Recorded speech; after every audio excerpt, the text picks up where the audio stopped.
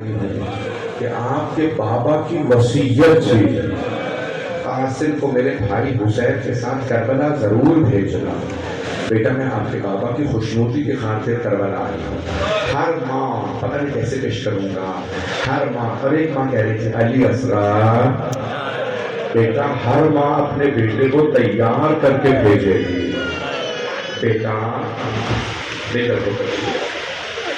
بیٹا آپ چل نہیں سکتے. علی اصغر آپ ابھی اتنے کم سے ہیں چل نہیں سکتے، لیکن بیٹا میری بس ایک وصیت ہے، جب تیر چلے تو بابا کو نہ لگنے دیجیے. ایک ماں اپنے دونوں بیٹوں کے پال سنبھال کے کہتی تھی اونو محمد میرے شیروں، آپ میں شیروں کا خون ہے، آپ جعفر طیار کے پوتے ہیں، حیدر کرار کے نواسے ہیں. میرے شیروں بس میری دو وصیتیں ہیں. بیٹا اگر فرات تک پہنچ بھی جاؤ تو پانی نہ پینا. میرے شیروں ماموں کے بچے بہت پیاسے ہیں، سکینہ بہت پیاسی ہے. اماں دوسری وصیت کیا ہے؟ بیٹو اگر ہو سکے تو ماموں کے دشمن عمر سعد کا سر اتار دینا.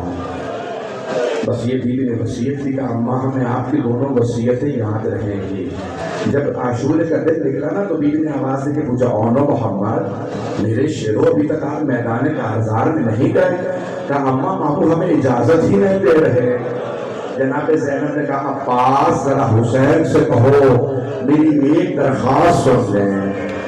مولا عباس نے کہا مولا بی بی آپ کو بلا رہی ہیں. مولا نے فرمایا زینب کیا بات ہے؟ کہا بھیا آپ میرے بیٹوں کو اجازت کیوں نہیں دیتے؟ کہا زینب کہیں ایسا نہ ہو اونو محمد کہیں میرے دونوں بیٹے مارے گئے.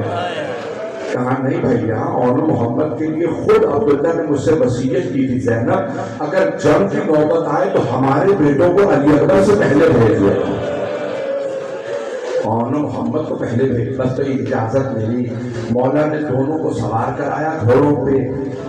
ایک بھائی نے دوسرے سے کہا میں میمنے سے حملہ کروں گا، آپ میسرے سے، ہم پھر قلب لشکر پہ ملیں گے اور ماموں کے دشمن عمر سعد کا سر قلم کر دیں گے. جیسے ہی دونوں قلب لشکر پہ ملے عمر سعد نے آواز دی ساری فوج سے کہو حملہ کرے. یہ دونوں بہت بہادر ہیں، بہت قریب آ گئے ہیں. اگر دیکھ سکے تو میٹر دیکھیے گا نہیں تو آنکھیں بند کر کے کربلا چلیے گا.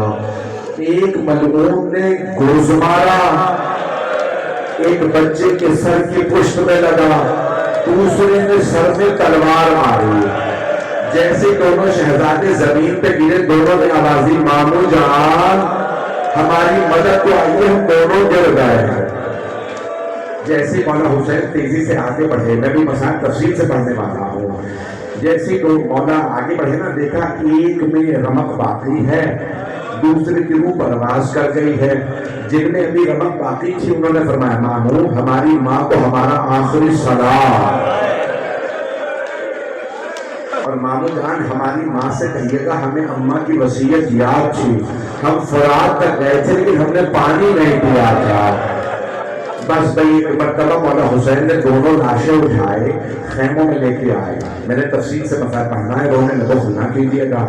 جیسے مولا لاشیں واپس لائے مولا نے دیکھا ساری بیویاں آ گئی، نہیں آئیں تو جناب زینب تشریف نہیں لائے.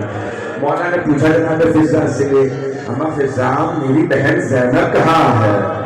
کہا مولا بیوی ابھی تک بیٹوں کے لاشوں پہ نہیں آئے. کہا فضہ میری بہن سے کہیے اپنے بچوں سے ودا کر لیں. جیسے جناب فضہ نے بلایا کہا بی بی اپنے بیٹوں سے ودا کر لیں. جناب زینب آئیں، اگر دیکھ سکیں تو ضرور دیکھیے گا. بی بی دونوں کے لاشوں کے درمیان میں بیٹھے، دونوں کے سینوں پہ ہاتھ رکھے، بلند آواز سے کہا اونو محمد مجھے بتاؤ میں اپنے بھائی پہ کسے قربان کروں؟ میرے شیروں میرا بھائی اکیلا رہ گیا. ایک مرتبہ مولا حسین نے بہن کو بیان کیا، کہا بی بی اپنے بیٹوں سے ودا کر لیں. ودا کیا. 11 محرم کا دن نکلا، بی بی کسی لاشے پہ نہیں گئی، صرف مولا حسین کے لاشے پہ آئے. آپ نے دیکھا ہے نا اونٹنی کی پشت بلند ہوتی ہے. جب جناب زینب ناکر کی پشت پہ سوار ہوئی نا بی بی کی نظر پڑی دو لاشوں پہ.